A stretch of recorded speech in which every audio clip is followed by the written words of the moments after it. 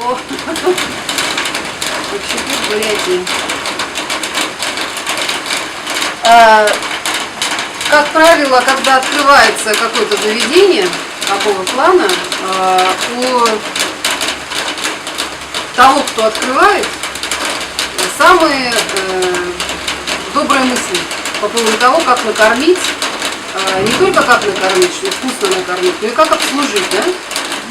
Вот. Меня как бизнес-тренера, конечно, профессионального, волнует вопрос в большей степени обслуживания того, как происходит это у нас в Бурятии.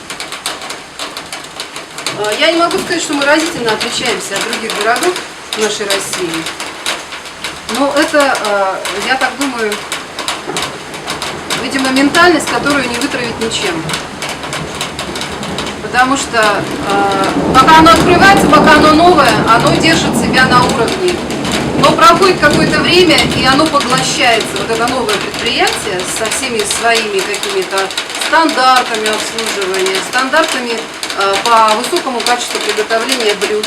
Оно поглощается вот этим вот каким-то монстром, да, таким,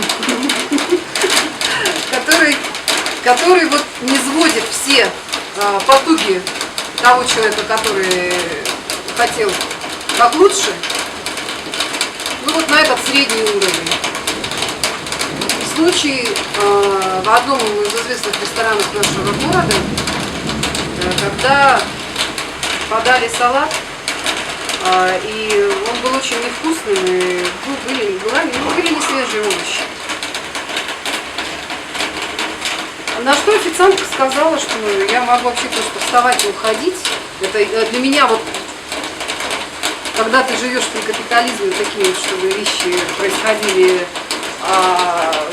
когда ты платишь за это деньги, деньги-то, в принципе, немалые, ну, кроме шока ничего не вызывает. Поэтому, конечно, здесь еще работа непочатый край, и опять-таки все упирается в персонал, в человеческий фактор.